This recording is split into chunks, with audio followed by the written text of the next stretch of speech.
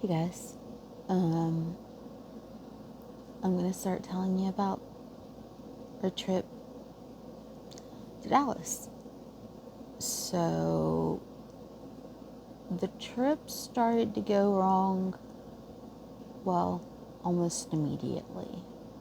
Um, Actually, we got there and we were both in great spirits. Um, we ran into so many of James's coworkers, and that's one of the best parts of seminar because he works at the corporate office. We're very fortunate that we know a lot of the people that go, and this is where the most locations are. So, of course, there are a lot of people from where we live.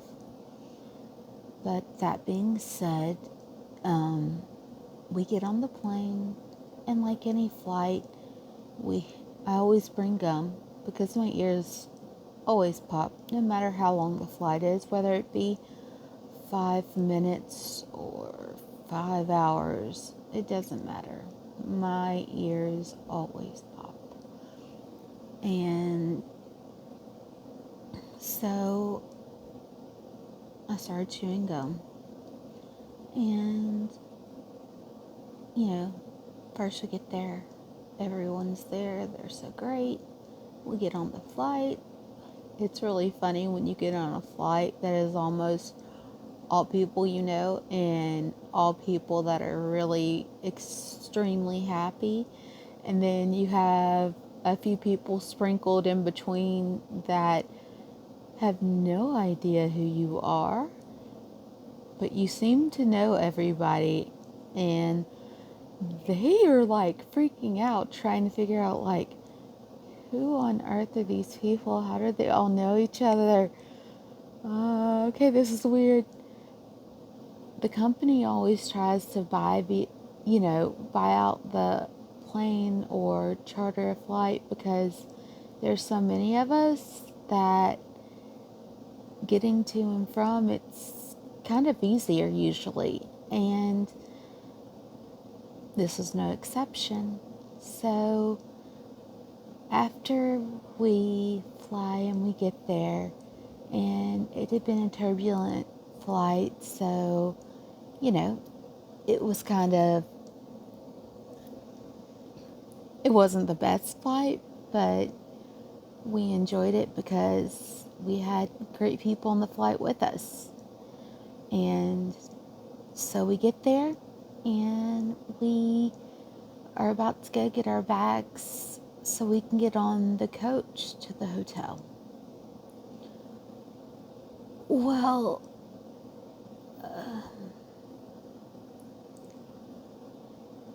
first I took my husband to the side because when we started descending, or the last half of the flight even,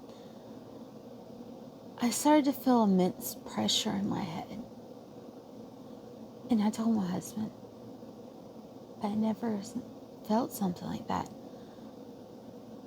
I honestly felt like my head was just, if something touched it, I felt like it was like a balloon that was ready to explode. And someone pinpricked it, it would have exploded. And I told him that was really strange. I've been on countless flights in my life. That's never happened. Never once. I'm actually usually a good flyer, and it was extremely odd. But we had the hotel and the conference center to get to, so we went to go get our bags. As we did this, I was dizzy and I was really nauseous, and I assumed it had just been because of the rough flight. It's the reason I was feeling so weird. But again, this is what scared me. I started to think that doctor said, but I'll clear you to fly. he was being cautious, and he cleared me to fly. That was really strange now. So I started calling him on a Sunday. Most doctors aren't open on a Sunday, but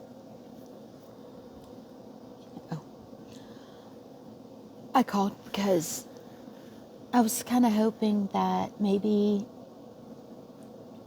we'd catch him, because of him being next to urgent care.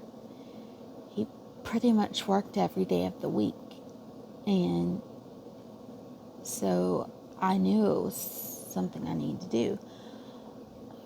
I knew I needed to call him because it was a very weird flight, and I've actually flown out to Texas before. No issue like this. I've been on a flight this long. No issue. This one was very different. So we get to the hotel and get settled in our room, and because of the flight, I had asked my husband if I could kind of stay back as much as possible, because I felt kind of weird, and I didn't know what else to do that first day. I'm very fortunate that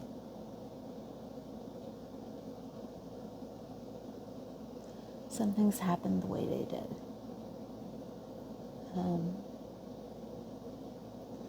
So the flight out there, just not right.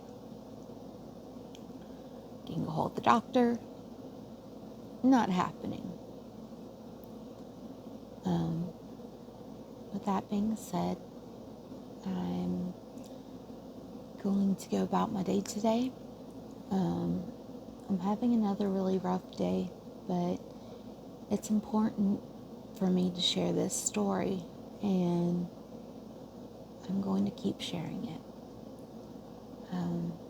I love you all, and I'm so blessed by the fact that so many people have already checked these out.